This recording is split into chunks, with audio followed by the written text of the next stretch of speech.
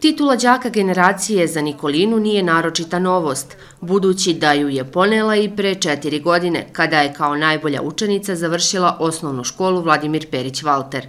Gimnazija je u potpunosti odgovorila na njena očekivanja i pružila joj kvalitetno obrazovanje.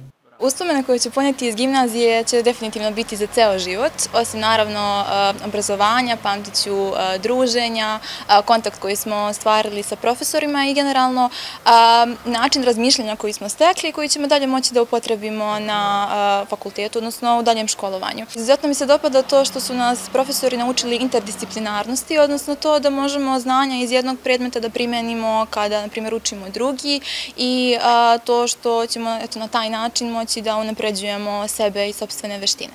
Iz godine u godinu beležili smo Nikolinine takmičarske uspehe, koji bi da nije bilo epidemije koronavirusa, verovatno bili i veći.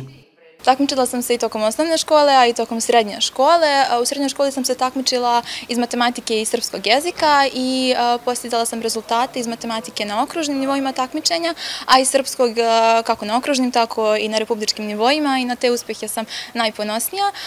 Konkretno iz srpskog jezika sam na okružnim nivoima takmičenja osvojila prvo mesto u 1., 3. i 4. razredu, a u 3. i 4. sam osvojila 2 puta 3. mesto na republičkom nivou takmičenja.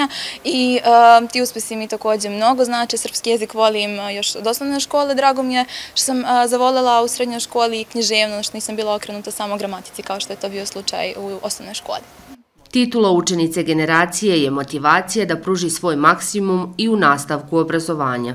Titula đaka generacije mi dosta znači. To je pred svega podstrek za dalje uspjehe koje ću, ja se nadam, ostvariti na studijama na fakultetu. Trudim se da mi to ne bude neki teret, već da sa jedne pozitivne strane gledam na samu titulu đaka generacije i na sve ono lepo što ona donosi. Slobodno vreme najradije provodi u prirodi uz neku dobru knjigu, a dosta pažnje posvećuje fizičkoj aktivnosti i druženju sa prijateljima. Namerava da upiše studije farmacije na Medicinskom fakultetu u Novom Sadu. Odlučila sam se za to zato što sam nekako oduvek znala da ću biti okrenuta prirodnim naukama. Kasnije se iskristalisalo da će to biti neka humana disciplina, a pošto je farmacija upravo to, disciplina koja nudi pre svega širok karijerni spektar, odlučila sam se da to budu baš te studije. Izabrala sam Novi Sad zato što je to grad koji je nekako bliži mojim afinitetima i u kom ću se, ja sam sigurna u to, osjećati dosta prijatnije nego da sam izabrala neki drugi univerzitetski centar kao što je, na primjer, Beograd ili neki drugi grad.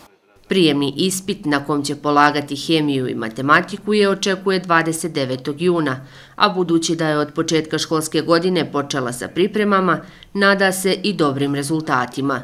Mi joj želimo mnogo uspeha u budućem školovanju i radu.